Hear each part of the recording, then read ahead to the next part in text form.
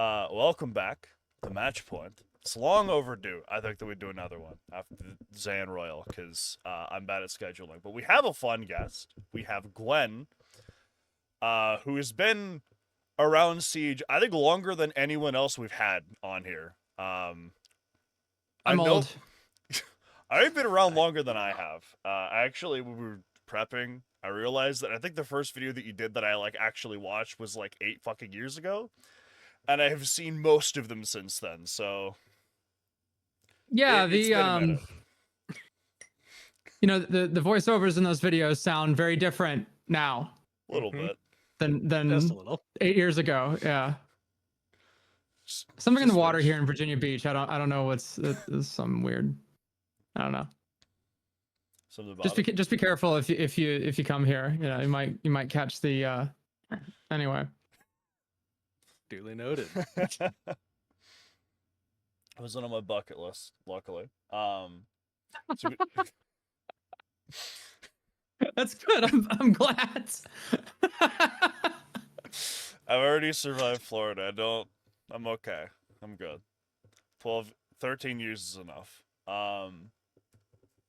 That being said, though, we did have some stuff written down, fun fact. And kind of the logical place to start is the start, right? So we wanted to start off with what kind of attracted you to Siege, kind of outside of being a content creator, just the game itself. I was a big Counter-Strike player. I played a lot of Counter-Strike late high school. That was kind of my main game. I wasn't very good at it. I'm still not very good at it. I'm not very good at Siege either, evidently, but managed to make a living off of it for a while. I just really appreciated what it brought to the table for the comp shooter format. And it was a breath of fresh air. It had so many unique moving parts that no other FPS game had and still doesn't really have. I really appreciated the way that it played around with destruction in terms of its map design. I love the emphasis on gathering information. I love the real-time planning aspect to it. And it just had this really, really interesting fusion of mechanics where it just had like a million moving parts, but somehow it just seemed to kind of work. And that was really interesting from a game design case study perspective, but it was also just really fun to play because there was always something new. There was always a new way to approach a problem. And I felt that I could use, my intuition to solve problems that I couldn't really solve in a game like Call of Duty or Counter-Strike, right? Mm-hmm. And I fell in love with it. And I was doing World of Warships and War Thunder content for a little while there. And I played around with some SEO, like search engine optimization research, because my YouTube channel was actually a proof of study from my college degree. So when I was in college going to Shepherd, I basically cooked up the channel as, this is going to be my thesis project. And, I got lucky with How to Play Every Operator back in 2018. I had a thumbnail that was horrible in hindsight looking at it. I was trying to do like a vaporwave style for the whole channel that was just not the play. It just did not work. I attribute my career as it stands right now pretty much to changing that thumbnail. If I don't do that, because as soon as I changed it from whatever it was, and I don't have the original file anymore, but suffice to say, it was pretty awful. If I don't change it, I'm not talking to either of you, I don't think. So I learned a lot by working on that YouTube channel about marketing and also a thing or two about myself. Yeah, I mean, I think that's the story. Interesting. The thumbnail thing specifically, actually, because I switched the person who did my thumbnails a little bit ago, and the first video I had that kind of popped off was like one that she did for me. And she still does these. It's at Spurclo, I think it is, or Spurclaudy, something like that. Who does these? It's in the description. So fun tidbit if you're watching this. That's who creates the visuals. It's so important. Oh yeah. Like in some components, it's probably even more important than the video itself. Like it's crazy how important it is. Yeah. Don't neglect it. Any aspiring content creators who are watching this, don't get caught up in, you know, appreciate the artistry of it if you appreciate that. But, you know, you gotta focus on a business centric angle in some ways. And that's one angle you cannot neglect. I will say, like, that's one thing you really gotta like nail down is your titling and your thumbnails.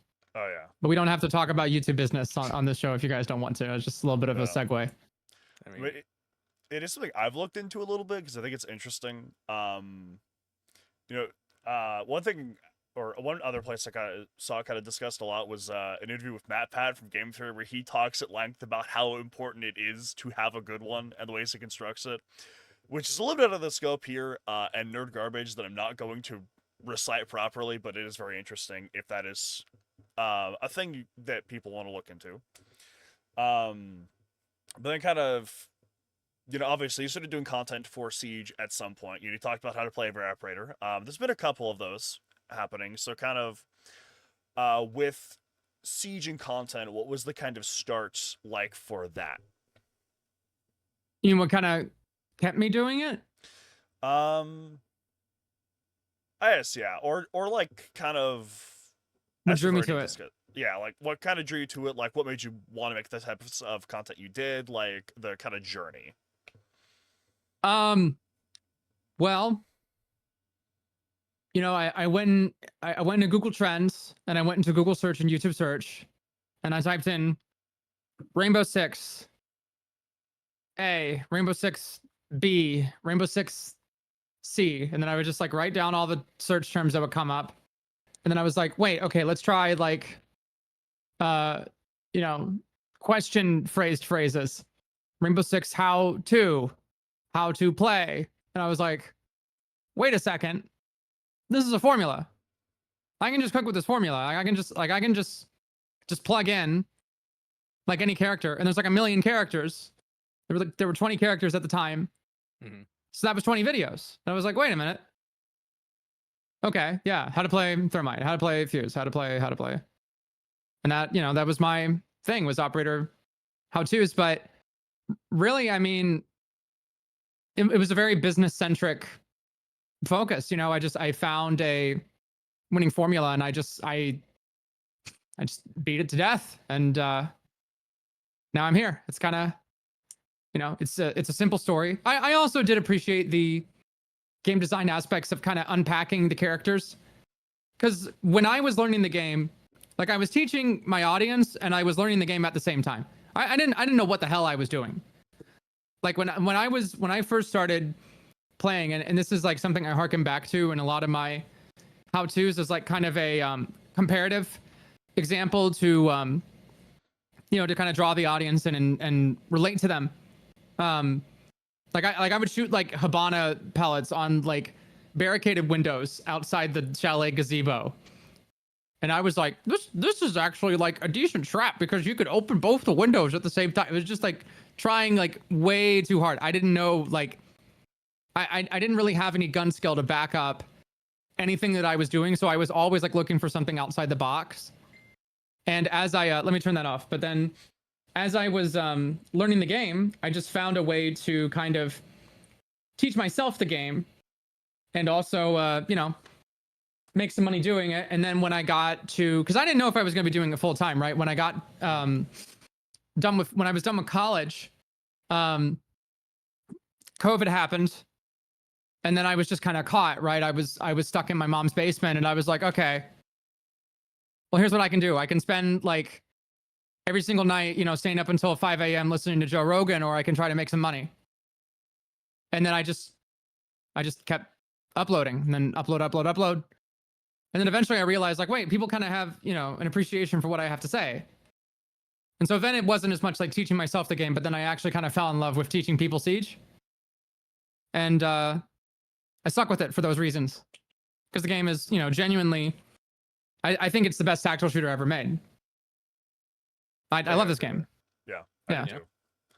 I know when I found your content, the thing I found interesting was like you were talking about how to play the game, right? Which actually I think there was a period of a couple years where I was watching your stuff without actually playing the game because my mother thought that it would give me violent tendencies. which didn't happen.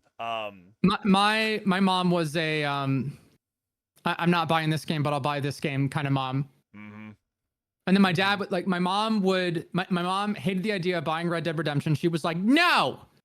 And then I went to the video rental store with my dad, and I was like, yo, Dad, check out this cowboy game. And he was like, that shit's sick. That looks awesome. I was like, yes. We fucking dead. Ladies and gentlemen, we got Hell him. So I can relate to that dynamic. Yeah. But one of the things I found interesting about your videos was it was also like entertainment alongside being informative. Like I think I kind of talked about it when we did the Siege Cap a couple weeks ago, but after the Goyo video, on every competitive team I was on for like 4 years, I called him Yaboyo Goyo with the fiery deployo every single fucking time.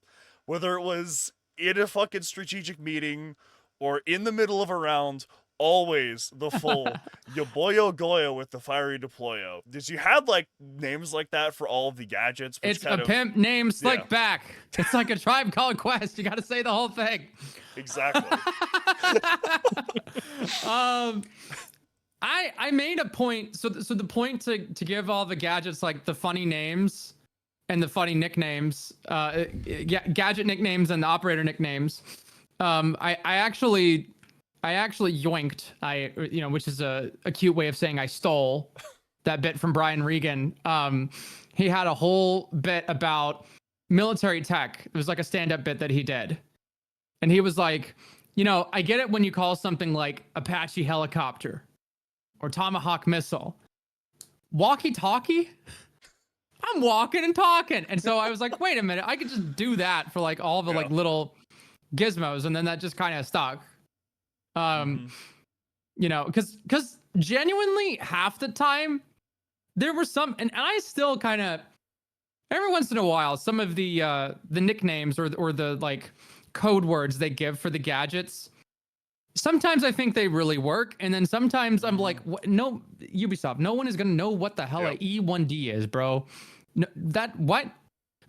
Like, there's I don't know. I'm sure there's plenty of there's a lot of thought that goes into the naming conventions, but yeah, there were some points at which I was just like, what is cardiac sensor? I mean, I guess if you played Call of Duty, they had like a cardiac, heartbeat monitor or whatever, which was just, when I was 12, I was like, oh my gosh, heartbeat monitor. But now I look at that and I'm like, oh, location ping. Yeah.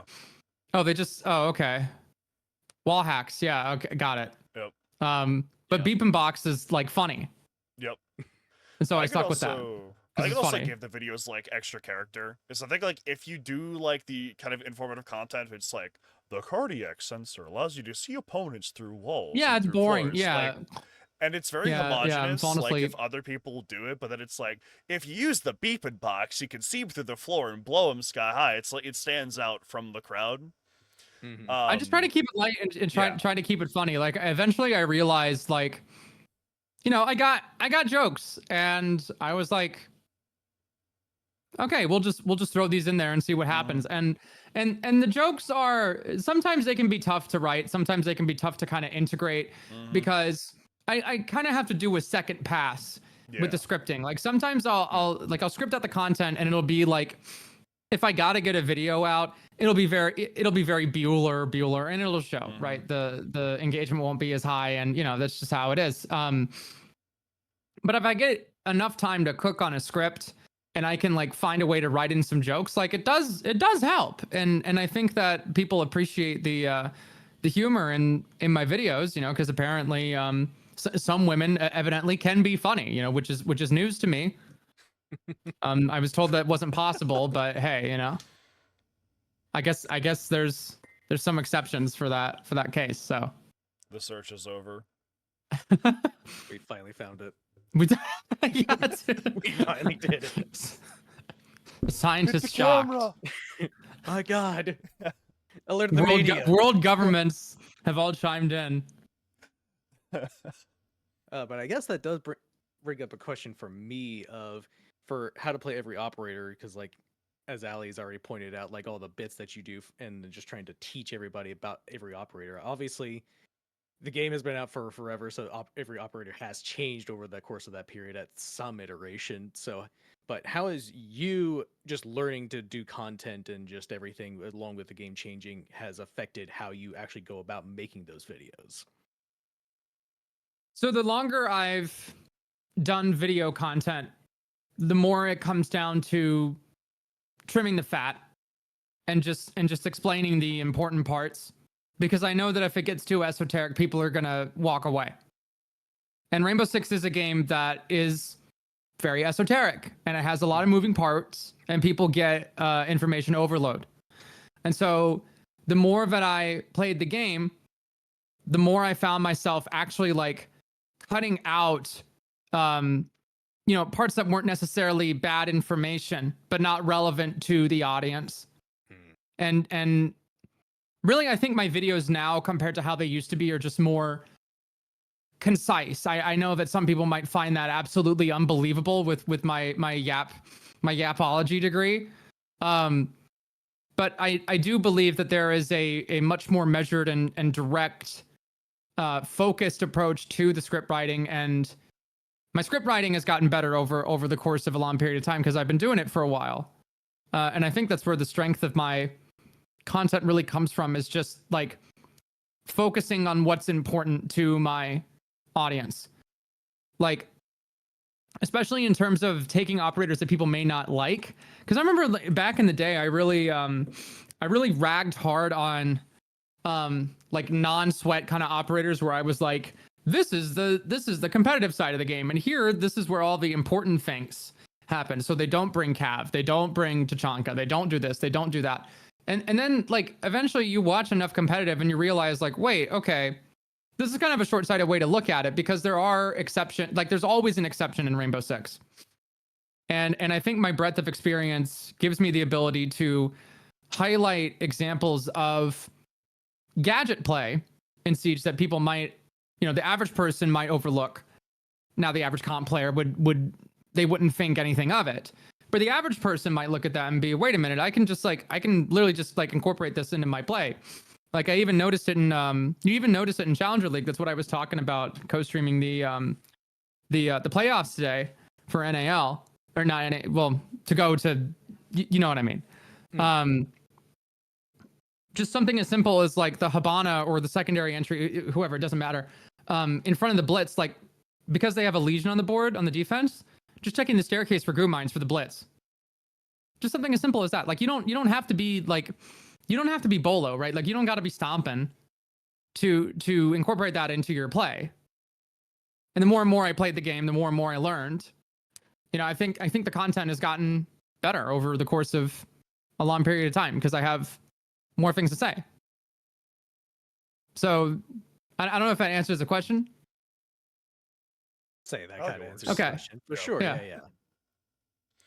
I think that is something that's interesting, though, just kind of in general, is like, I think there is a very tendency to be very, kind of overly verbose in an attempt to sound like you know what you're talking about, or compensate for like a lack of confidence in what you're saying. Like if I say, I would never do that.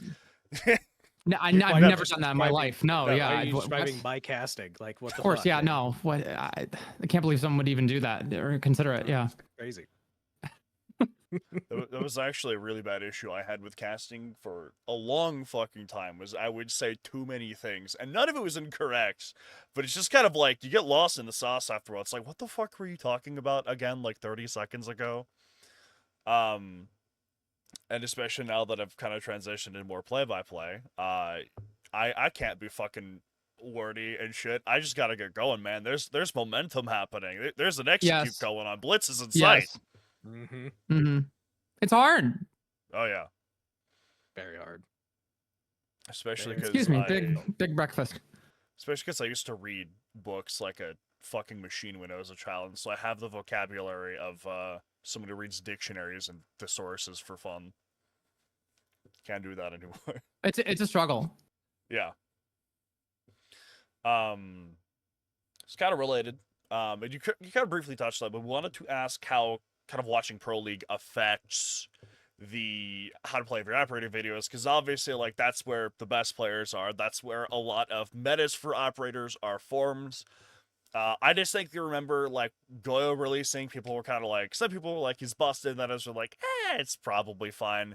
And then Pro League happens, and it was the worst fucking meta ever, because they figured out that he was completely busted, and then we saw that kind of come into play. So, you did kind of talk about it a little bit, but I guess going a little bit more in depth, like, how do you like to draw from Pro League in a way that is digestible to someone who maybe only plays like ranked with their friends? So in PL, the gadgetry ends up taking a much more important decision-making process in the hierarchy, because once everybody can aim, it just comes down to the, like, that's where the meat and potatoes of the game comes from, right? Is the strategy component. If everybody can aim, right? If you're playing ranked and everybody just kind of runs around and plays Call of Duty, obviously you're not going to run into that.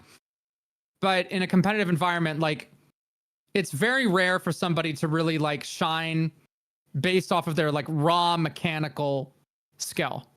Like those are exceptions to the rule, and that's why they, you know, they end up, when they do happen, right? When you do get a stompin or a spoit, they tend to pop off and they stand out very well. But what gets you moving in Pro League is understanding how to interface with the Siege ecosystem. And so whenever I watch PL, like I'm constantly paying attention to like where site setups are going. Like why is this wall here? Like why is this rotate here? Why is this a head head level hole? Why is this a foot level hole? And it really just comes down to, I think that if you watch a little bit of PL, you get a very good contextual understanding of the mechanical framework from which the game is developed. Like you get a sense of what the devs were trying to do when they made a particular kind of character design. And so if you understand that, that improves your intuition when you play the game, because then instead of hopping into a window, you might feel more inclined to shoot a Grim canister right at a door frame and you know, behind the little like rat spot on Gem. Saw that today with the JJ & Co. versus Forsaken game, right? Operators that normally don't get really any play at all in ranked, who get maligned as like, you know, one tricks or bad. They end up getting brought to counter a particular kind of strat. Like Callie is really good at breaking down a castle setup, right? Because she has like 4 explosive pieces of utility. That's strong. And the sniper does have some functionality depending on the context.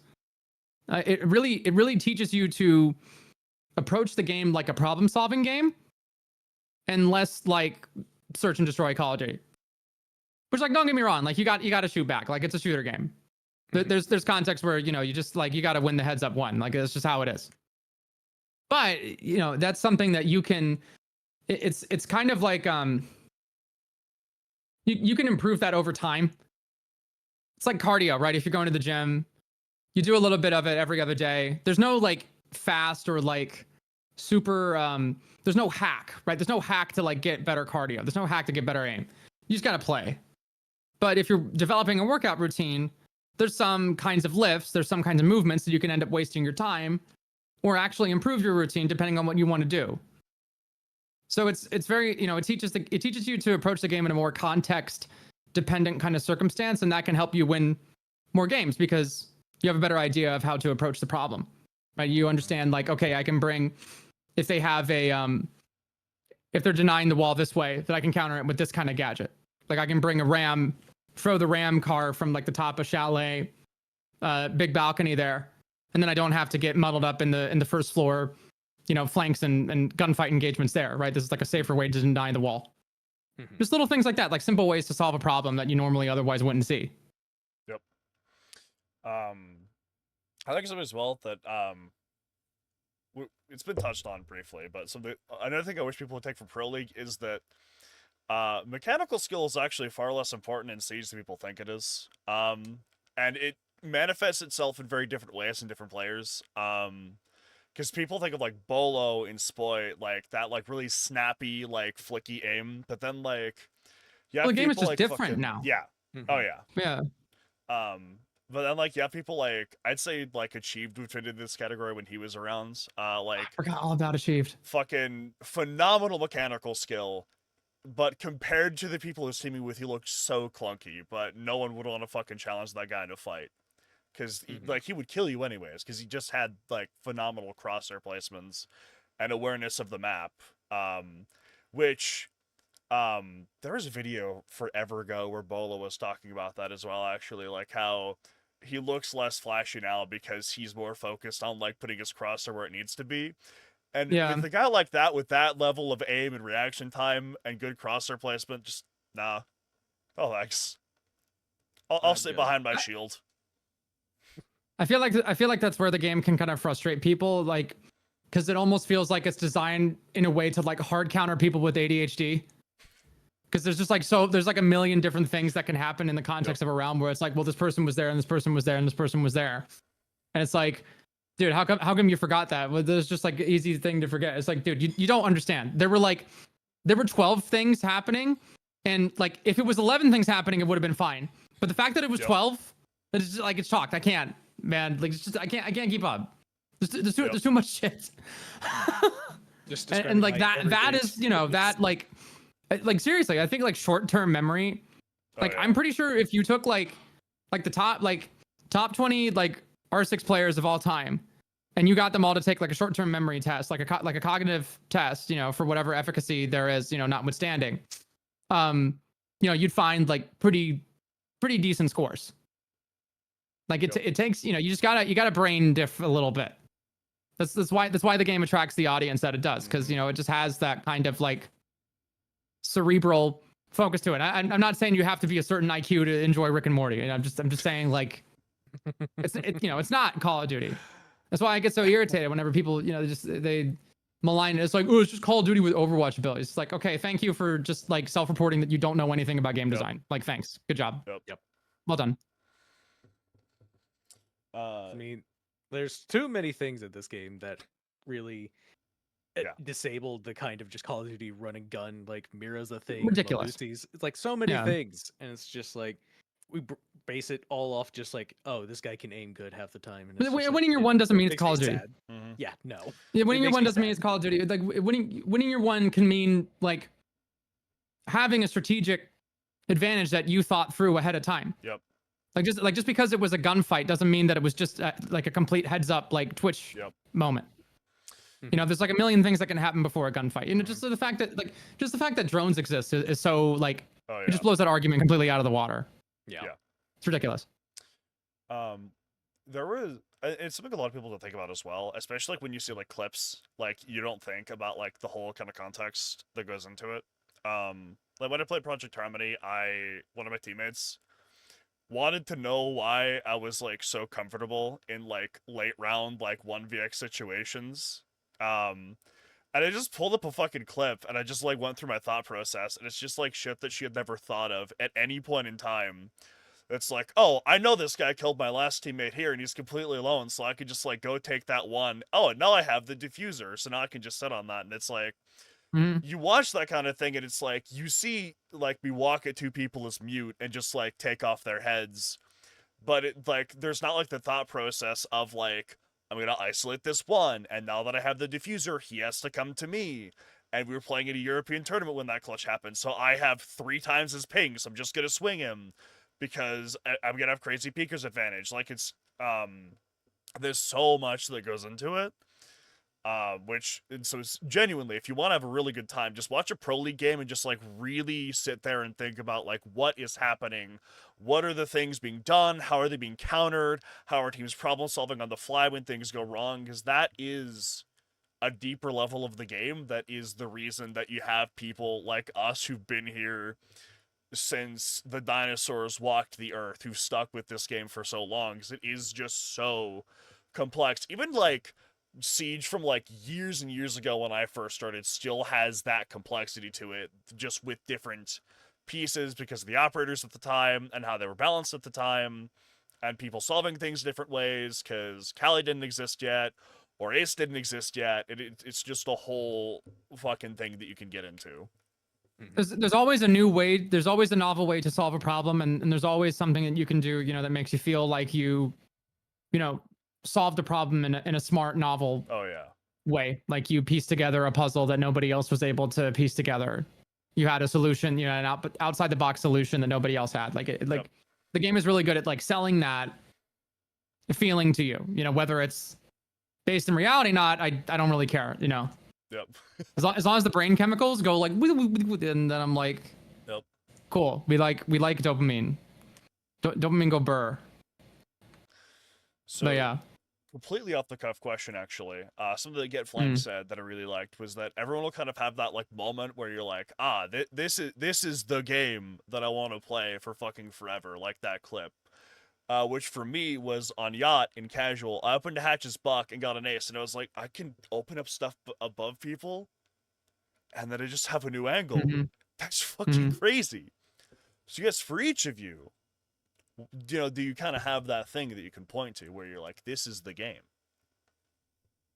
was when I was in Staff Hub and I found a way to make sense work for a cafe skylight drop. Hell yeah. And I put it together on the fly, and like everybody, like for weeks and weeks, because when I played Valorant, like I'm a Viper main in Valorant. And so the whole like concept of like slicing up the map for a fast execute was something where I was just like, this can work. Like I know this can work. It's just, it takes like it takes like a million different things to happen at once, and it has to happen quickly, because if people are in positions where they're not supposed to be, you can't like take the map control, you can't get the plant down, you're going to get wrapped up, right? The defense is going to rotate to a point at which they're going to anticipate your push, and then you can't get that initial map control.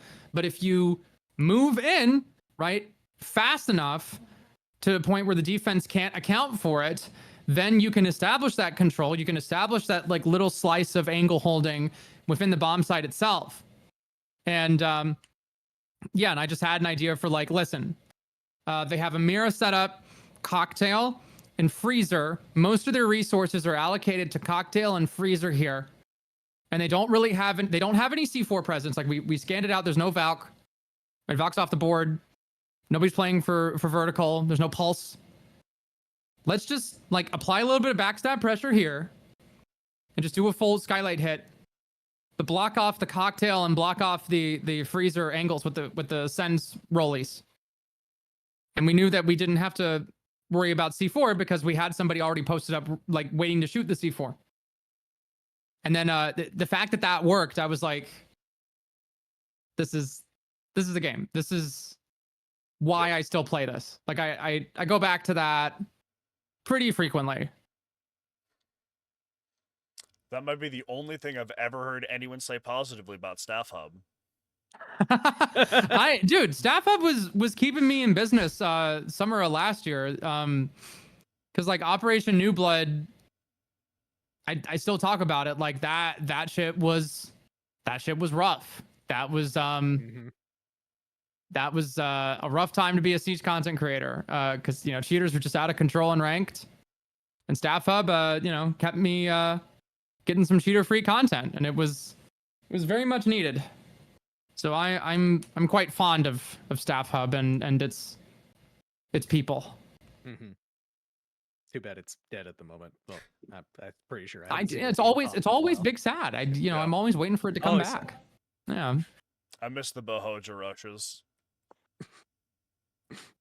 Boho Capkins live in my head rent free. I will never forget the fucking moment where he's like, all right, you and we're gonna run down Blue Hall because no one ever watches it in Staff Hub. And then I was like, I'll guess I'll fucking trust you. And then we did.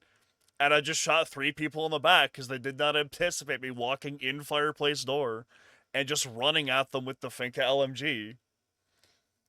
Oh my god, LMG meta. I forgot all about LMG meta. As a person Don't remind me. Smoke during the LMG meta, I was in hell during that time. Like 17 bullets against 150 bullets or something around that. It was just horrible. You're literally the Tyler 1 clip where he's like, help! Help me. And it's literally like 3 of them pointing right at me, and I'm just like, I'm being surrounded. I can't do fucking shit. Help me out. Oh no. That was the time that I started banning Yan on entries. I was like, fuck your LMGs. I'm playing the ARX now. Going all the way down to 20. Not even 30. I'm using fucking 20, and I'm still beating you.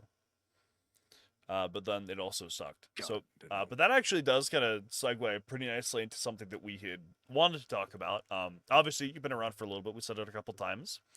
There have been a lot of metas in that time. And a sentiment that I see a lot is some variation of "I miss the old Siege," which I don't really think is unique to Siege, but it's something you kind of see in every game. But I think there's a lot that goes into that people just don't like consider at all. Or enough. So is this a question? Sorry, was this a question? Or just kind of a start of a discussion. My thoughts on it.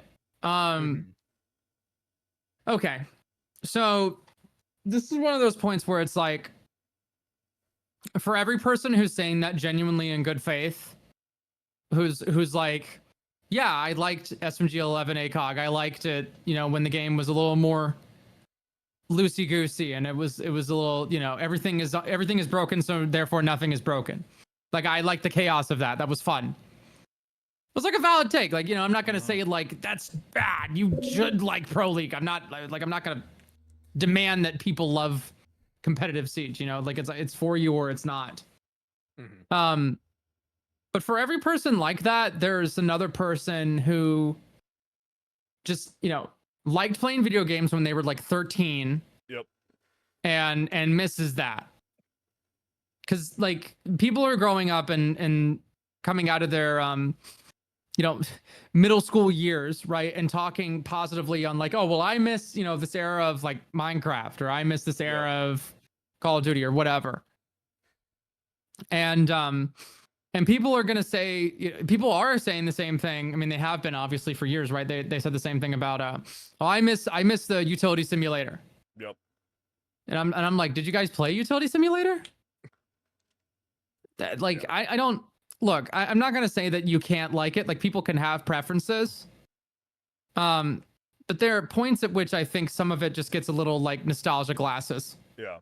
And a good example is how the game is played out now. Like, people say, if you're the kind of person, I can understand the distinction between utility simulator, like circa COVID Siege and now. But if you're gonna look at like 2018 Siege and say like, oh, the game was so much better then, now it's all Call of Duty. I'm like, you didn't play 2018 Siege if you think like that wasn't Call of Duty. Because that era of Siege was literally like that was the start of the info meta. Yep. Like, that was why SSG, like the clubhouse roam, that's why that was so powerful, was because it shut down information gathering and just like playing super aggro off of drones. Like, that's why that meta was so successful for SSG. It was because they exploited the the knowledge gap in the game's design back then. Like that was that version of the game, like the Bolo, like 2018 era of the game, was more Call of Duty-esque, right? If you want to put that in like air quotes, than it is now. Like you had quick peeking, you had like lean spamming, the blitz, stupid crap. Like it was kind of cringe. Like I don't, like there were aspects about the game that I appreciated because I was too dog shit to understand how the game was being played at like a high level. Like in my, it's like, what was the meme of like the dog with the propeller hat with the lollipop? Like that was me like playing the game in silver lobbies in like 2017, where I was just like, this game is so tactical and fun. And then like you watch Bolo when it's like, it's all this like crazy shit. I don't think people understand what the game was like back then. Because if you had the same level of like, especially the movement tech, like spam now, people would be losing their fucking mind. Yep. Yeah. It like, I remember netcode also not being great back then, so you had like the horrible crazy tech combined with the fact that like the netcode was terrible, so you just got to die for free to like some fucking 14-year-old who just took his entire like dosage of Adderall in a night. Like, dude, I clowned on Operation Health. Like when Operation Health dropped, I was like, okay, I'm not really sure what happened here, and then like I had a clip where I played, and it wasn't even like a latency thing where I just like I had like frame by frame, like Jarvis enhance footage of me like shooting a guy in the face. You can hear the gunshot, you can see the recoil move, you see the bullet flash, you see the magazine like count go down. It's literally on his face, and the game's like, no, you didn't do that. And I'm just like, what? like people don't understand how much this Yeah. game like matured over the course of 10 years. Like there were like year 1, year 2 was pretty scuffed. Like in terms of the actual like the engineering of it, like shit was scuffed. Yep. And it's a miracle that it stayed intact. But like part of the reason that it stayed intact was because the bones of it were so good. Oh yeah. Like the structure that they had was such a it survived because it was such a great idea. Like the idea was so good. But if it had been like any other like kind of whatever FPS game, like I don't think it lasts more than 10 or 2 years. I mean, look at Spectre Divide. Like, come on. Yeah. Something I have pointed out quite a bit is that, kind of like you just said, I think the average lifespan for like a tactical FPS game is probably like 2 to 3 years. Like, remember 0 Hour?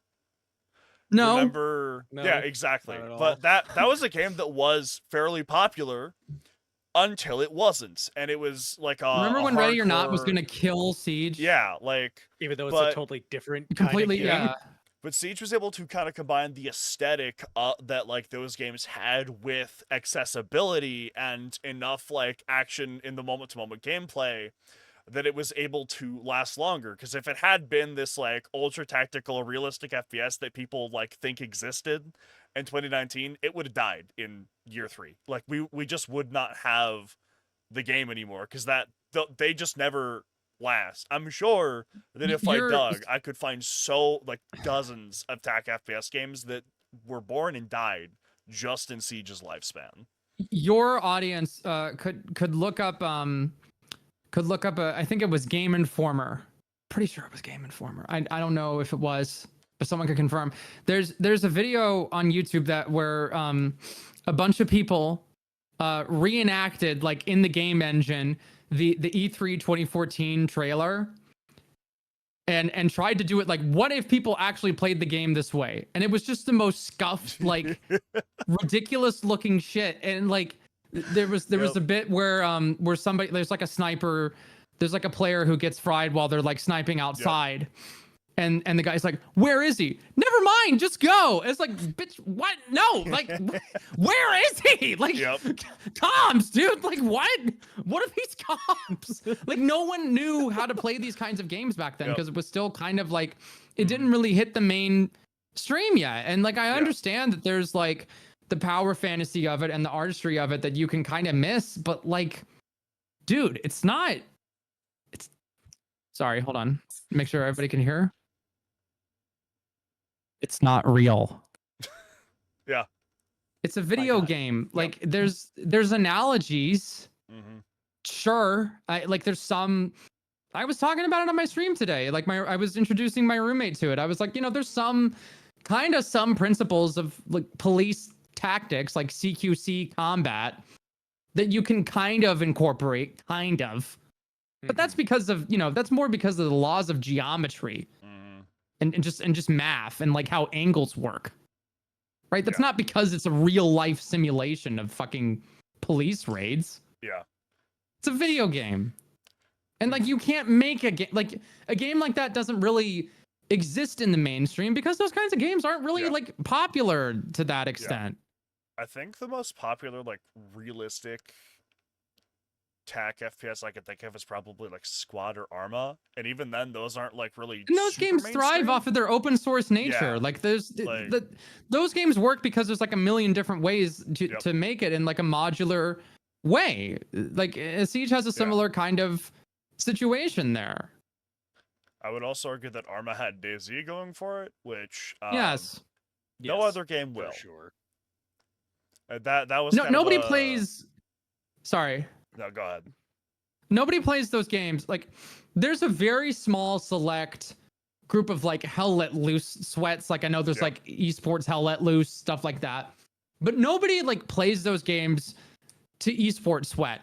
No. Like those games are like chill with the beer with the bros in TeamSpeak, and just like they're like vibe shooters. They're like boomer dad vibe shooters, and I love boomer dad vibe shooters. Like I love Hell Let Loose. That game's fun as hell.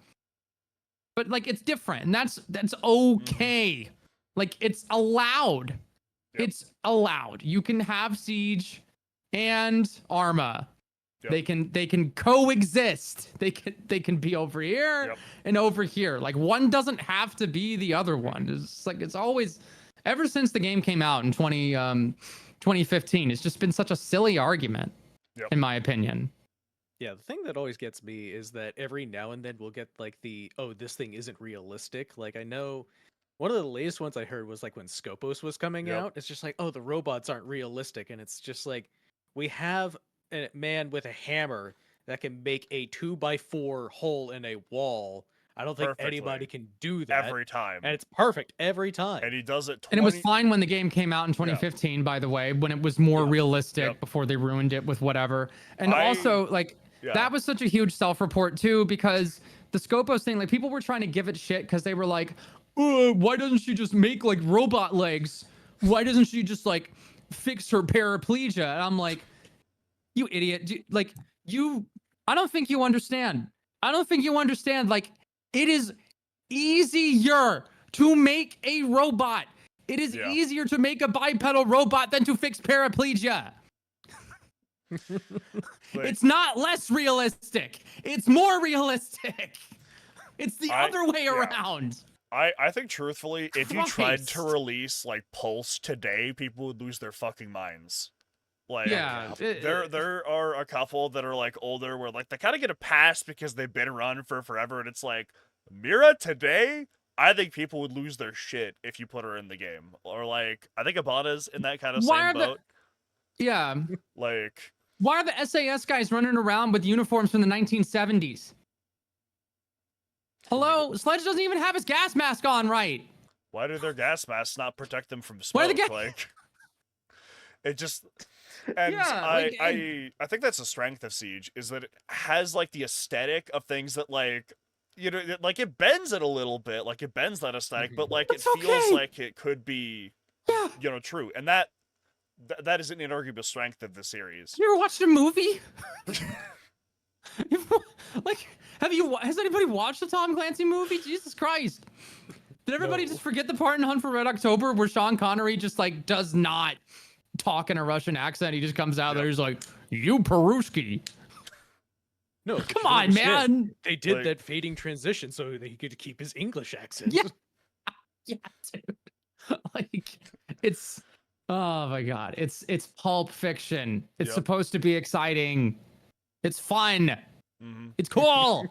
I think as well, something that people like kind of forget about is like they always think like what would be an interesting thing to have in gameplay. And then that gets translated later into, well, how do we tie this into, like, a narrative? It's also not supposed to be, like, a strong, like, story-driven game where you sit there and pore over text for hours. Like, there's interesting stuff there, but it is more so a justification for things happening in universe. And so game devs have been doing that for years. Yeah, like, I'm not upset with them fucking with the verisimilitude of things, because they wanted to have, like, Scopos. And they also, like, oftentimes use that for really interesting representation that most, like, you're not going to see in any other FPS game, like the kind of representation for, like, Scopos. Because they're just, well, how are you going to have the person in the wheelchair, huh? What are you going to do? It's like, well, we have robots. And she's an engineer. And then her ability to build those also what's just crazy? There are examples of people who sustained injuries like that who remained in active duty roles. Like that's not a bizarre phenomenon. Oh yeah. It's so like it really brings out the self-report in some people. Like this game in particular like really does a good job of showing who is like talking just to talk. Because they think like guys with guns are cool. And guys who actually like have a point.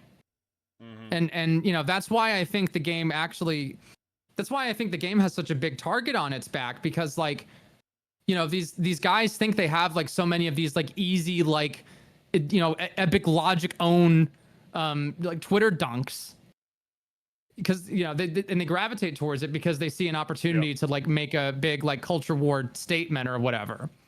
And then they always just make a huge ass out of themselves because they always self-report that they have no fucking clue what they're talking about. And that's, you know, that's kind of like another component of why I think the game is so important, right? Because it's like it's getting people to think about this stuff in a logical and a smart, mature, measured way, especially when it comes to matters of representation in the armed forces. You know, because there's people who literally think like, well, they don't have trans people in the military. And it's like, dude, yes, they do.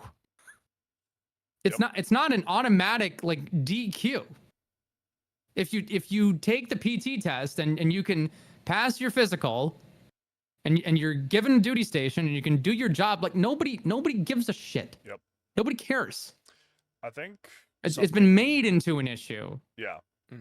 I like something as well that people forget so often is that the real world has never run off of just logic or logical reasoning. Like, the world is inherently very chaotic, and it will break that line of logic quite consistently, and that's fine, but then trying to force it to bend to this pure, like, logic that you have, it just doesn't work. It will never actually work in translation.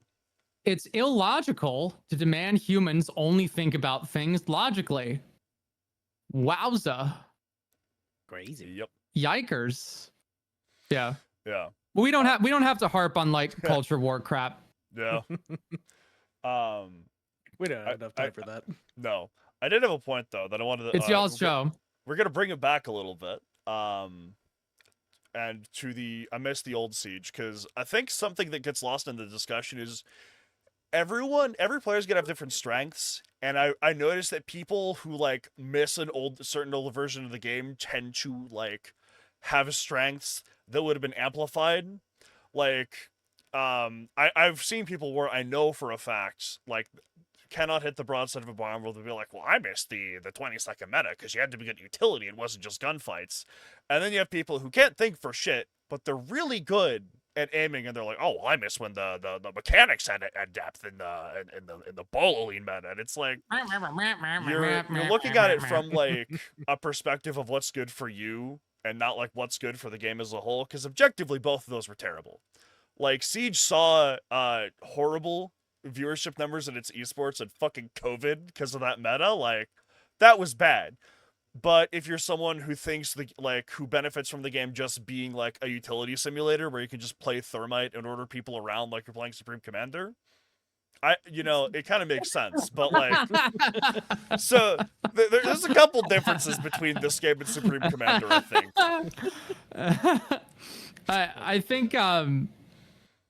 I think the meta's great right now. I agree. I've had more fun playing the game now than I ever have. Like I think it's a perfect like unison of utility and gunfight centric plays, because they slowed down the actual like base gun play to a point that was more deliberate, and you have to like think before you do it.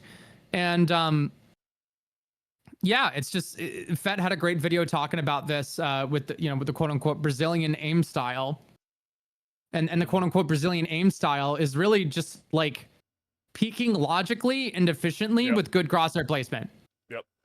You know, which don't mean to sidestep again, but you know, for the LARP bros, it's kind of how you do that shit, right? Like that's how that works.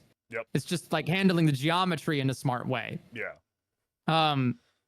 You know, so there's going to be people who just can't win their ones, and you know, instead of like I don't know, like ego's a bitch. Yep. I mean, I'm not innocent of it. Like I just spent like 5 hours last night until 3 a.m. crashing out over Deadlock, which was visible on my Twitter. Like it's very difficult for people to like say to themselves, I suck at this thing. But like I really think that it's it should be a little bit more normalized for people to just, you know, be able to say that and not feel embarrassed about it, and just say like, I am not good at this, but at one point I will be better at it. Yep. Like nobody really does that. And that's kind of the angle I've always taken with my content, where it's like, I don't think this game is like, it's not something to gatekeep, right? Like I think anybody can do what they're seeing on their screen when they watch my content. Yep. It's just because I've been playing it for 10 years and I've been doing it for so long. It's just practice. Like I never had a natural talent for any of this shit. You know, I started out doing the same like gold dog shit plays that everybody else did when they first started playing a competitive shooter.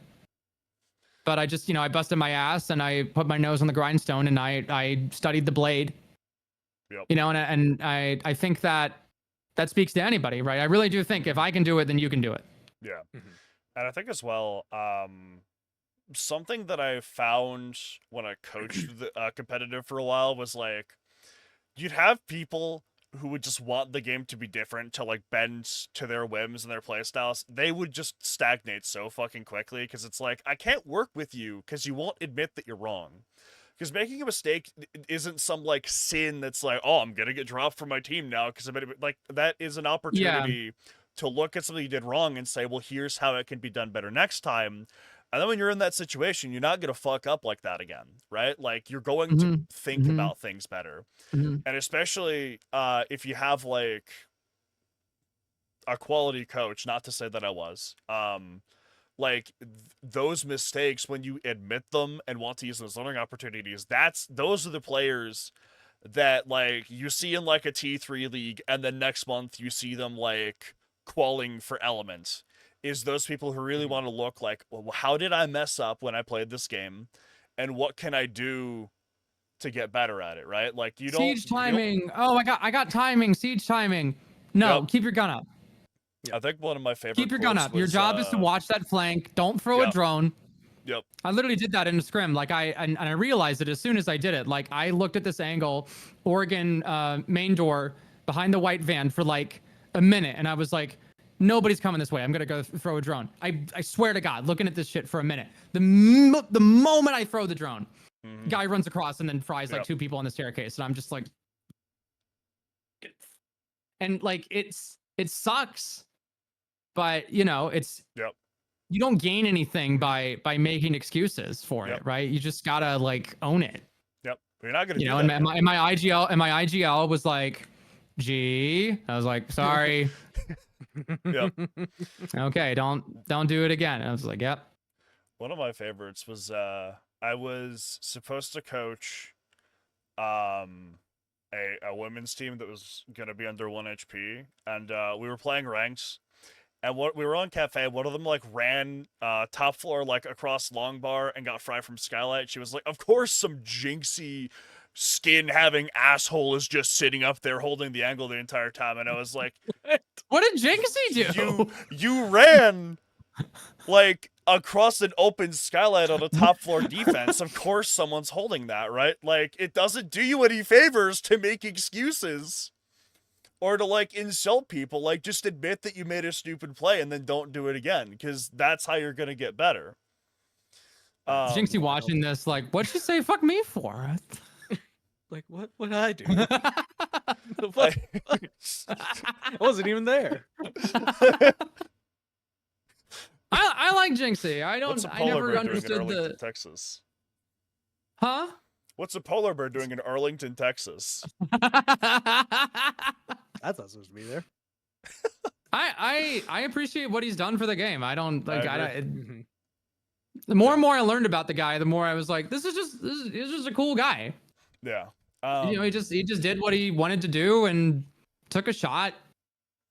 He played his cards right, won the poker game, and what the hell? I mean, I think some people were like kind of on him for like the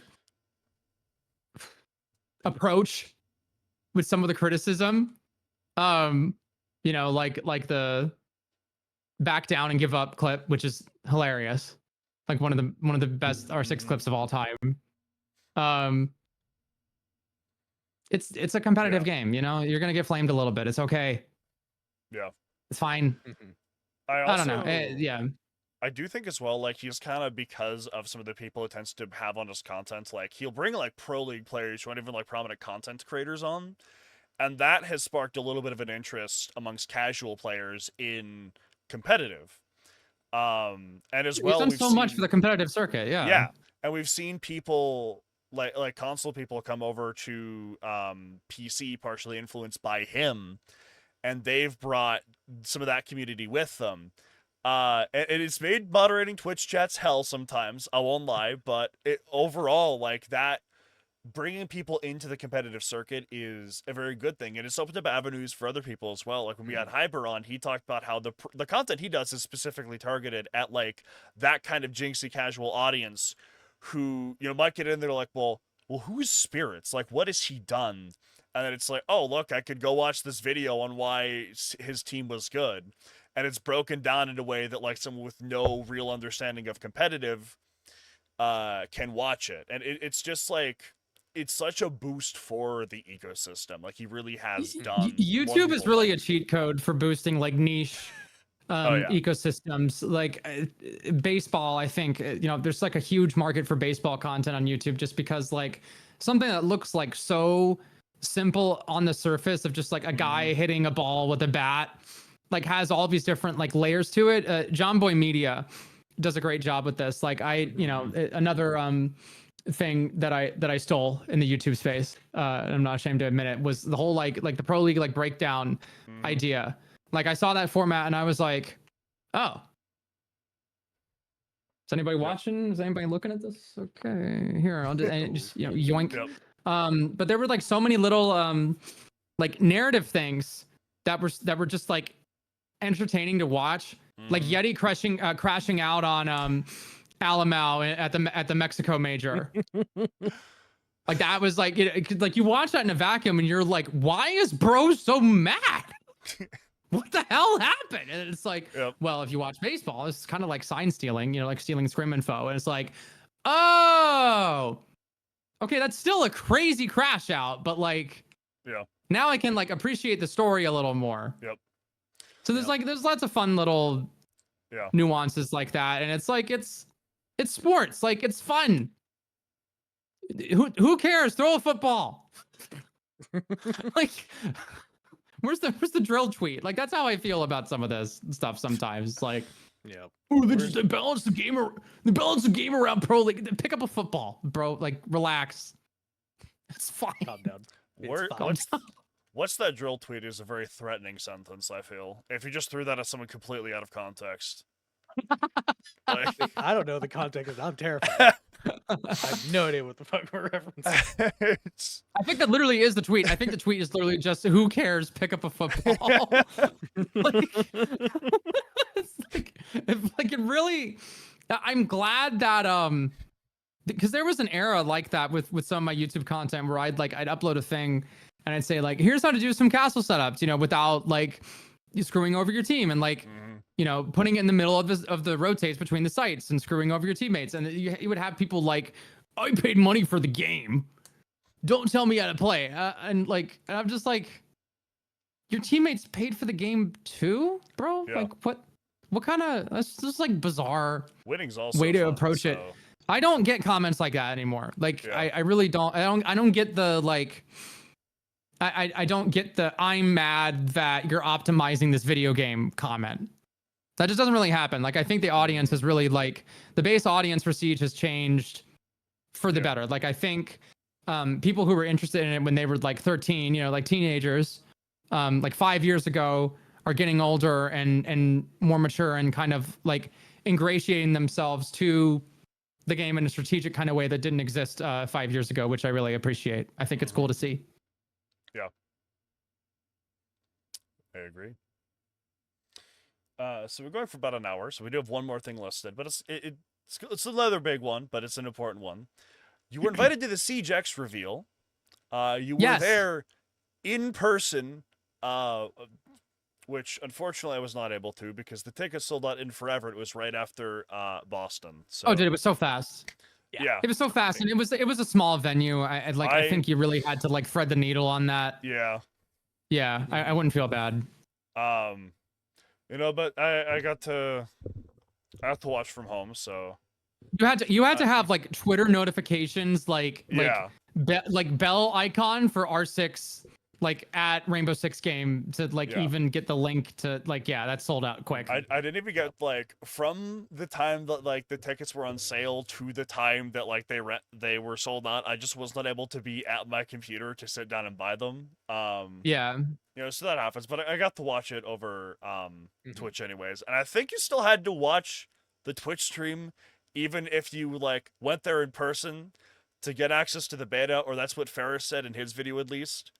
I was very confused.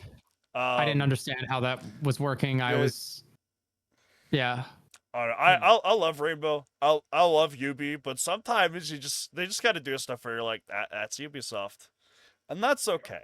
But it's fine. Oh, Ubisoft. But you got to play the new game mode, which his name currently escapes me, as well as Dual Front. As well as a couple effectively 10-mans on the new maps in the new engine and stuff. So kind of take us through what Siege X was like and kind of how you think it's going to be beneficial for the future of the game. Oh my god, I could talk about that for an hour in itself. I'm so excited. It's awesome. The what they've done here from an infrastructure point of view, and these are changes that they need to do.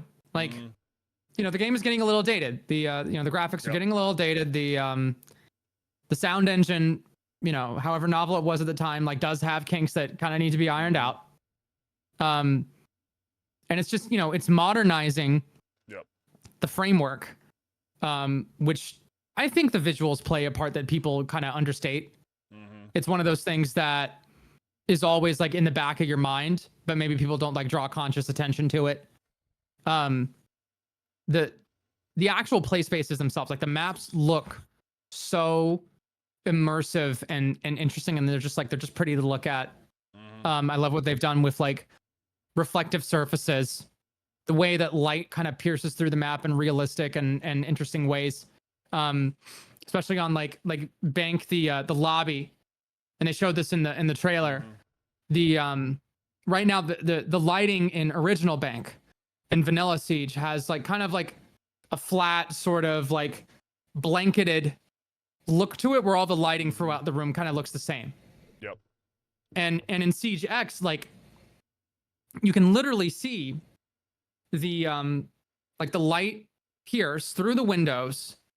You can see where it cuts off with the columns, and it's like really bright in some spots and casts hard shadows in the actual like rest of the lobby itself. So there's a very distinct partition of like where there's like a lot of visibility and where there's not, just because of the geometry of the map. And so it interfaces with the the way that you approach the play space in such a different way than I think people might be used to. On top of it just being pretty to look at, and the sound is incredible. The sound that we got to play on the new build is absolutely like it's. I think they haven't really there's not a whole lot there in terms of content to interface with it yet. But once it gets there, people are really gonna be shocked at what's on offer there. It's kind of one of those things you can't really like explain in words, just because you kind of have to experience it yourself to get it. But it is a lot more precise. There is a lot less of that kind of like, okay, I have to like think of how the video game Rainbow Six Siege works and understand that the audio in my left ear is actually someone on my right. There's a lot less of that. The way sounds like travel through surfaces is realistic. Like you're actually fucking there. The way that it kind of like muffles and sort of like propagates through the building is realistic. Explosions, whenever you're at like the edge of a building, get muted out by the actual like building walls in a realistic and kind of like muffled way. They don't like reverberate too much. It's really, really interesting. And aside from the aesthetics of it and the cool factor, like Repel 2.0 is awesome. That's super fun. Just a neat little mechanic. Dual Front, I think, is a great game mode. Like a lot of people were trying to give Dual Front shit. and I get it, because you have the like Siege is a sweaty game, and it attracts that kind of sweaty edge that people crave in the 5v5 format. But Dual Front, I mean, I don't think these people have ever been in like an intense Battlefield lobby if they think that respawn modes can't be intense and like down to the wire. It is so much fun. Like, it's addictive because you get like that Siege like dopamine like gameplay loop, and you can do it like over and over and over and over again, and there's like so many ways to interface with it. It's really, really exciting. Like as an intense game of Dual Front, when like both teams are really trying their hardest to play it out and win, it's just as intense as a regular 5v5 game.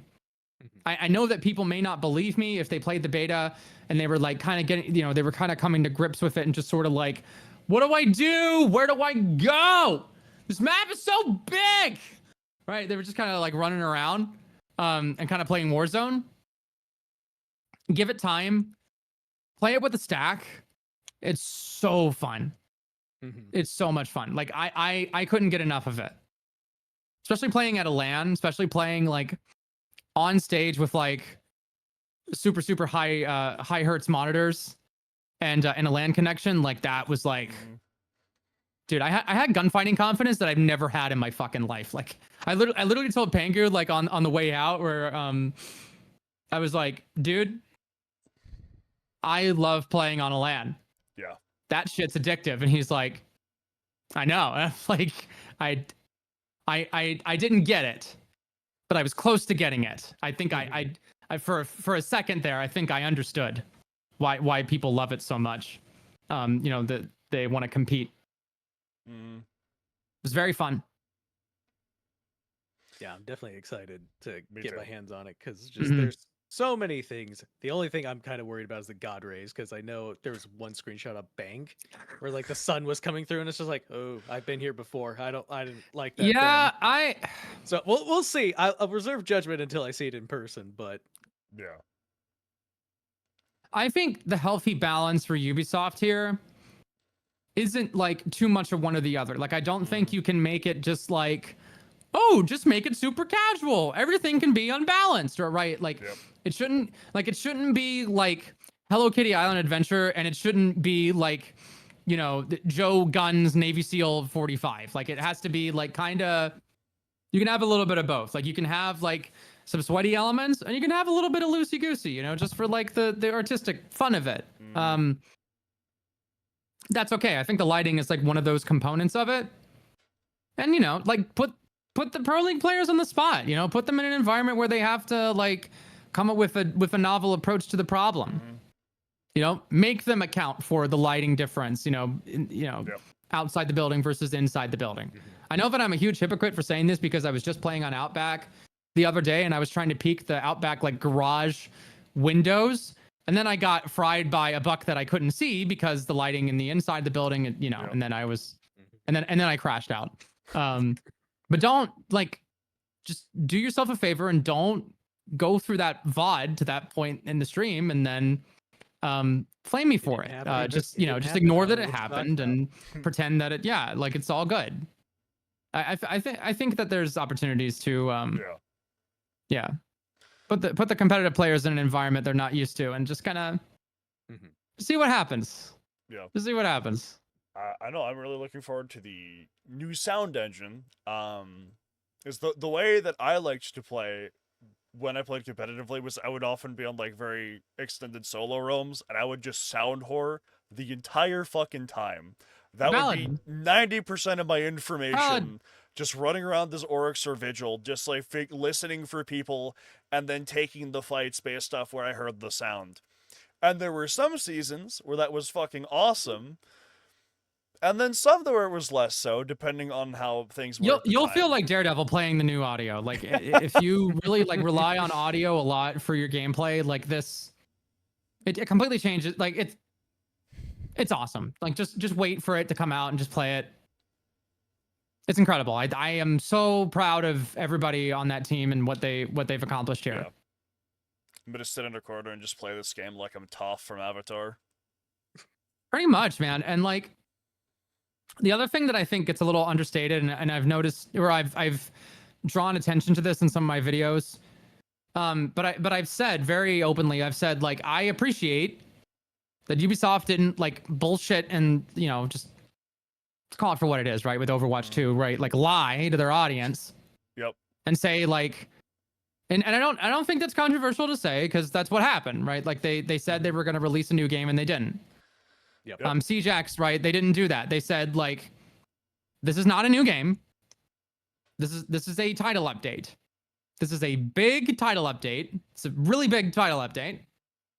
You know, one of the biggest you'll ever see for a live service game of this nature. But it's not a new game. If they had bullshitted, if they had said this is a new game and charged $40 for it, then, you know, we have a problem. But that's not what they did, right? They're very open and candid about it, and they said, yeah, this is a huge update. By the way, it's free to play. Have fun. Like, that's you couldn't have done it any better. Like, you threaded the needle here in just the right ways. Yep. And I'm not even saying that in like a corpo, like, you know, cynical way, because, like, those things matter. You know, like, like, your relationship with your audience matters. Yep. And Ubisoft especially has really impressed me. I know that they've had a couple of, you know, really huge, like, huge oofs with Skull and Bones, X-Defiant. couple things here and there. Yeah, X-Defiant. Pour one out for my homie. Yep. For my homie X-Defiant, bro. Yep. If I am X-Defiant's strongest soldier. I think Light Rose would like to contend for that title. I actually liked it, man. I you know, I boot it up every once in a while and be like, I'll just play a little bit of X-Defiant. Again, the dog with the lollipop meme. Like, I was like, I think it's great, and it's like, actually, this game sucks. It's gonna die now. It's like, huh? I should put that little dog with the lollipop in the thumbnail instead of you. I just, man, that one was rough. Yeah. But yeah, Ubisoft's kind of been on a tear lately. I mean, shit. Like, Assassin's Creed Shadows popped off. 2 million copies in what? It was like 2 million copies in a week. It was. CJax is gonna pop off. Yeah. Because it's a good game. Yeah. You don't get like name brand. You don't get like word of mouth marketing like that unless it's actually good. It was a good Assassin's Creed game. And you know, it like interactions. Yeah. That was awesome. That was amazing. I don't know if it should be mentioned by name on here, but that was awesome. That was fucking hilarious. But I saw that and that. Oh no, I commented on it. I commented on it publicly. I was just like, I don't know how many people you know, demand like a certain level of I don't know what I call it. Desire to not comment on those things for my channel, you know, for one reason or another. There's a point with some of this stuff where it's transcended politics per se. Like, now it's gotten into the territory of like this is getting ridiculous. Like, it's genuinely affecting people's enjoyment of the industry and like people's you know, relationship with the devs and the devs expectations from a business point of view and from a marketing point of view, and that affects the product, right? That affects the games that we play, and so there's, you know, it was very refreshing to see Assassin's Creed Shadows like be a good game and like do well. Because if it had just, you know, I think like giving the assholes like an optics victory there just would have been fucking like, that just would have been really rough. I mean, because then, you know, the Ubisoft would have felt a pressure to pivot, and I don't know what that looks like if they pivot. Something that I think is really funny, by the way, is I don't really think they've had any, because like I've seen people criticize the new Oblivion remaster, and it's like, you're not gonna win this fight. Like, this is just not a fight that you're losing. Like, you're losing. Or even like losing the culture war, bro. It's not working. Or like there was shit like thrown at Baldur's Gate 3 as well, and that's like a fucking phenomenal game that won Game of the Year. Like, the optics victories are almost non-existent unless your entire view of the world is your mother's basement and GameStop. Specifically, These are games that, like, if they had come out in 2005, like, imagine a game like Baldur's Gate 3 comes out in 2005, Dude, awesome. and it has like original Xbox graphics, and it, you know, it's a just a picture a more dated version of that game coming out in 2005 with the same like artistic and like narrative approaches. People would have loved that fucking game. And it's just it's fucking goofy. It's just not real. It's not real, bro. Yeah, like just all these things I think are really funny is it's like none of the things that people criticize actually affects whether you can enjoy the game. Like it's not like, because like people won't, like with Assassin's Creed Shadows, people didn't comment on like the day one bugs or like the Ubisoft jank, we can call it.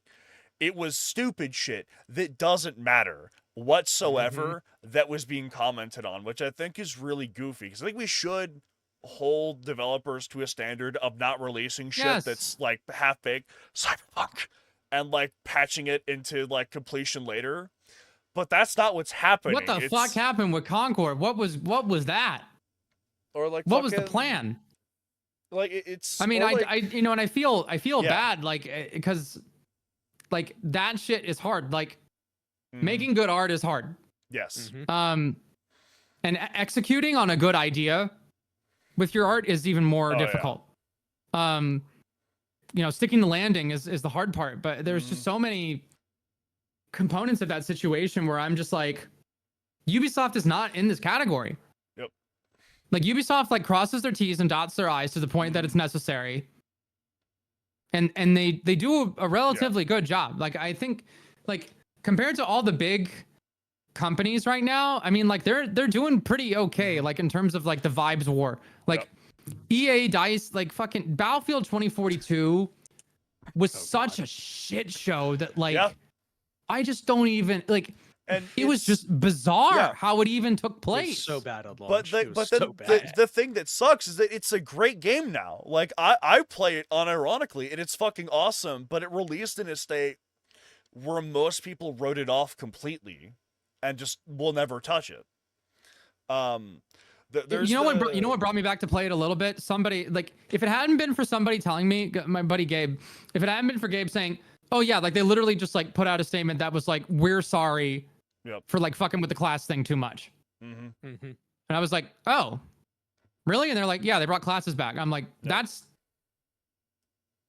appropriate. Like the appropriate response there is to admit that you made a horrible call and own it. Like owning your bad call is like the correct thing to do in that situation. There is a and they did. Ubisoft did that with New Blood. Right? Like that was not it. Right? You know, having a maintenance patch because you were busy with Siege X, you know, I don't work at Ubisoft. That's my assessment of how that, you know, went down.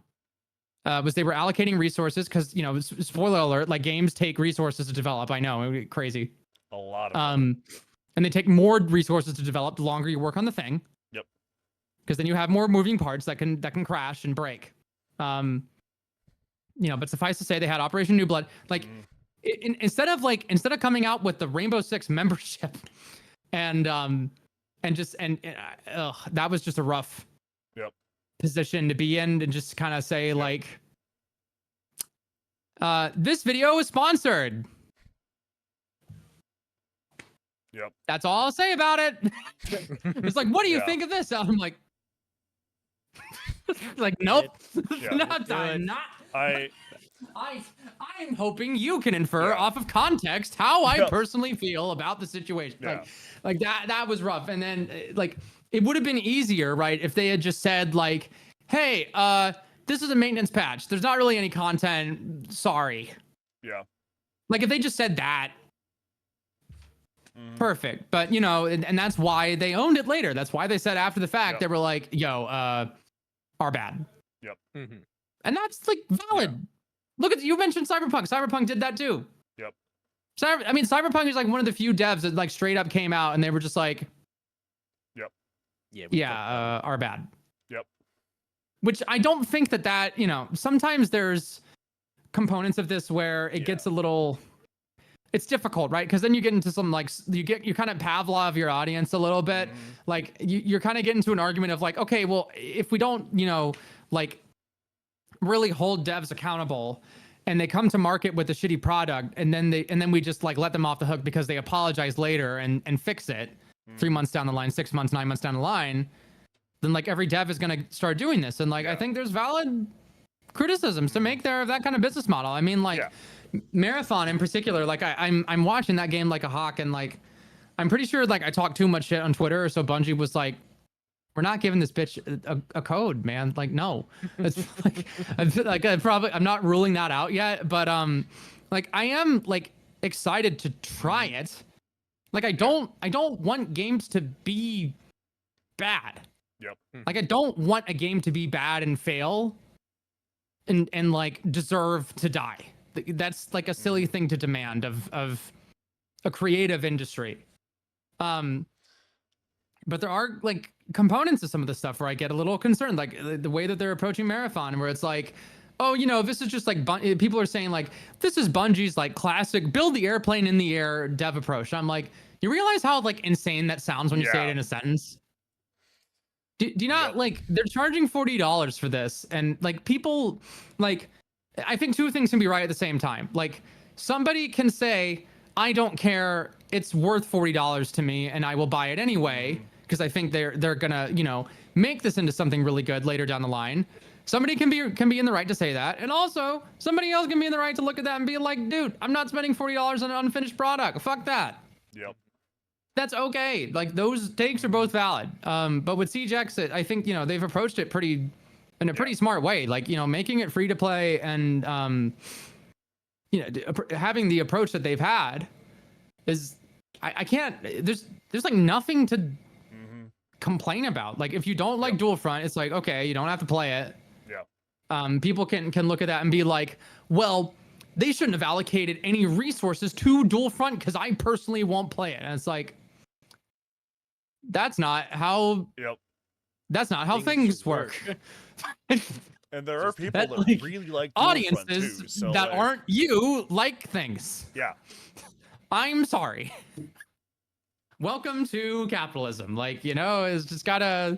Yeah. I hate to break it to you. I would argue as well that like even if you don't like Dual Front, like I don't anticipate myself playing it a lot, but if people play Siege X for Dual Front, whether they're just there for Dual Front or they're playing more Siege because Dual Front is in the game, that's just a win. Like you better have so much gatekeeping now. You're gonna have so much gatekeeping. You're gonna be like, sorry, I don't talk to Dual Fronters. Fucking casuals. You're gonna see some of that, I think. Probably. Which is kind of funny because that's like so like that's like so nerd pilled. It's just like so like nerd gamer dork. I'm definitely 9,000 going. Fucking. Actually, the authentic version of the game is 5v5 competitive. Like. I'm definitely gonna hit someone with the I don't speak to Dual Front players because I think that's hilarious. That's just like objectively funny as a statement. I think. I ain't taking shit from a Dual Front warrior. Yeah, exactly. Like, dude, it's like fucking Aliossz in Siege now. Like, go back to Warzone, bro. It's like Aliossz in Scrims. I was just in there because I thought it was hilarious to be going 0-10 on Thermite and talking the most shit. Like, and people would get genuinely upset. It's like, dude, I'm a support player. Okay, dude, go play League of Legends. shoot back. Fuck. Okay, shit. Come on, man. Stop. What are we doing? God. Pro tip, all chat's hilarious if you don't give a fuck. God. That's what I would have loved Teku. I have to. I'm the kind of person who has to keep that closed because if I stream. Yeah. I mean, it gets a little nuts. It's over, man. Yeah. It's over. Like, it's over. I'm gonna say some things I should not say. When I used to like scrim a lot, like there were some teams that like I'd scrim more than others, and so I'd know the people. And so like at first I would just sit there like, you died to me? You gotta fucking hang it up. And it's just two people like who are friends, like just shit talking each other because it's fun, but people take it so seriously. I love talking shit. I love talking smack. it's not good. Like that's why I gotta relax. Like Deadlock. Like there's two versions of Gwen. There's like normal Gwen. There's like average Gwen, and then there's Deadlock Gwen. The MOBA Gwen. MOBA Gwen is not me. Okay, MOBA Gwen is like the Spider-Man like symbiote suit, and I'm a different person. Like I'm not. Don't take like anything that I say like into consideration. Okay, like that wasn't me. It's like Dr. Jekyll and Miss Hyde. Yeah, like I don't think like everything, like I don't think every single player that I win my 1v1 engagement with in a MOBA game is a dickhead. Okay, like I know that I say that every time I win my 1v1 engagement in Deadlock, but I don't really feel that way. Yeah, most of the time. Unless they're Bebop. Unless they're a Bebop player, then I'm like, yeah, fucking dickhead. That's right. Yeah. All right, well, 90 minutes now we've reached, so we've had a good discussion, I think. Yeah, this is fun. Yeah. It's a good time as any to wrap it up. But before we do, I'll give you the floor. Any social media you want to shout out? Any upcoming projects that you want to talk about? Shout out Naval Air Base Oceana. You probably heard the F-18s flying overhead there, maybe. Sorry. Hell yeah. But I also live like within walking distance of an airport, so sometimes it's kind of ass. I get it. I lived in Roslyn for a couple months. Sorry, I cut you off. Sorry. No, you're good. You're good. Floor for socials. Yeah. Yes. So, Twitch.tv, Gwen posting, TTV. I can't say like how dedicated I'll be to the stream schedule just because I have an interview tomorrow. Hopefully I get this fucking job because your girl's kind of broke right now. But yeah, I mean, regardless, like I'm never walking away from this shit. Like I love this shit too much. I'm for the love of the game. Like literally. Twitch, at least on the weekend, maybe not Monday through Friday, but at least on the weekends. Obviously G's gaming experience on YouTube. I know it's not the same as Gwen posting. Look, okay, like I did the whole like I'm gonna try they them for first just to kind of slow roll it, and then I didn't really, probably should have just full sent back then, but whatever. Branding, SEO bullshit aside, G's gaming experience on YouTube, and I upload every Monday and Thursday, and this June we have a couple of really big money shot videos. How to play Siege, just like no bullshit guide to Rainbow Six Siege from just like start to finish. Covers the game from all skill levels, talking about how to approach the early, middle, and late stages of the game, operator selection, site selection, how to set up a site, like all the little like hard questions that you guys struggle with. That's video irons those out. And then I'm also talking about my transition and how it helped me play the game better for Pride Month, little Pride Month special at the beginning of June. And I'm really excited to work on that one. So yeah, lots of content. I can't say how frequently the content's going to come out, but I'm not fucking leaving. So hell yeah. Hey, I'm in my parents. Hello. That's my roommate. Awkward. Oh. All good. Adios. But yeah. Yeah, so I will throw your YouTube, your Twitch, your Twitter, and stuff in the description of this. It'll be like basically right at the top. So if anyone wants to go and check that out, you absolutely should. I said it before, but I've been watching Gwen's stuff since I was like 16, I think, give or take. God. Jesus. Which is kind of a crazy thing to think about, but So hold on. I'm the youngest person in this call, by the way, just for people who don't know. Hold on, my brain kind of like it's like tilted to the side. I think I just about had a heart attack. All right, we're good. Okay, I'm back. Sorry, ouch. Ow. It wasn't even directed at me, and it still hurt. Fuck. Well, what the dude? Do you know how I know I have on status? Like I have the Onami skin, and somebody, I didn't know what like question they were asking me, but they were like, "Yo, where'd you get that skin?" And I was like, "What?" Because I didn't understand I haven't gone on R6 Marketplace once. once, and like, not that there's anything wrong with that. But yeah, I haven't gone on that website at all to like buy a skin. And somebody's like, "Where, how'd you cop that? Did you get it from a pack?" And I was like, "Oh, dude, I just bought it. It was like off of the marketplace." I'm like, "No, like, there, man. year one." The guy's like, "Oh, that's what's up." And I'm like, "Oh God." He didn't even consider that. Oh no. He didn't even consider the idea that I bought it year one, season 4. God. Oh my God. Ranking right? We didn't think any of these skins would be up for sale for the average Joe. No, I remember old Lion. It was I remember when everyone. I remember old Lion. It was terrible. I was never there. Go back.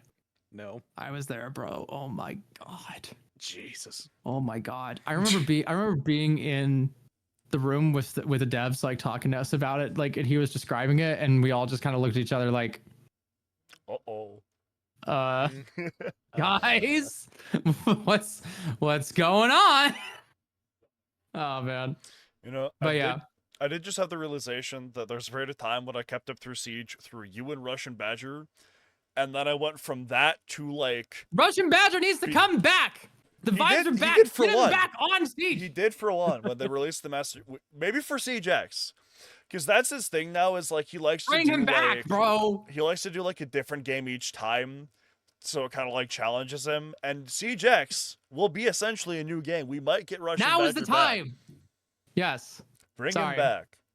But I went from like that, like very directed to casual contents, to grinding for Challenger League as a player for years, and now as a fucking caster with a podcast on competitive. That's what's up. Siege is a big family. Siege is a big family. We all look out for each other. And it's come full That's circle. cool. Now I just have to get Badger on the podcast, which is not going to happen at any point in time. Never going to happen. That's never going to happen. Don't. Yeah. Listen. One day. Maybe one day. Maybe one day. We'll see. That being said, I didn't think I'd be playing with Pangu in Atlanta. Are you fucking kidding me? That's true.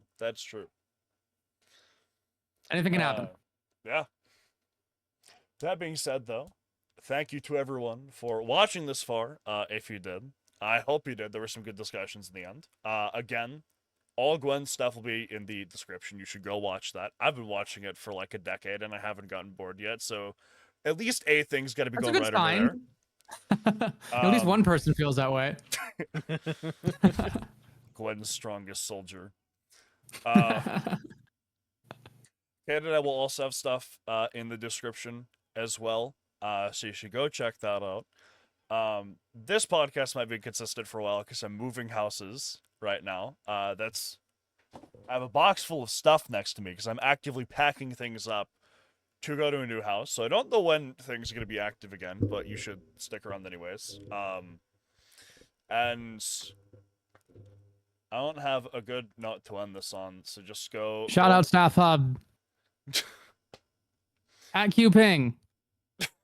At QPing1.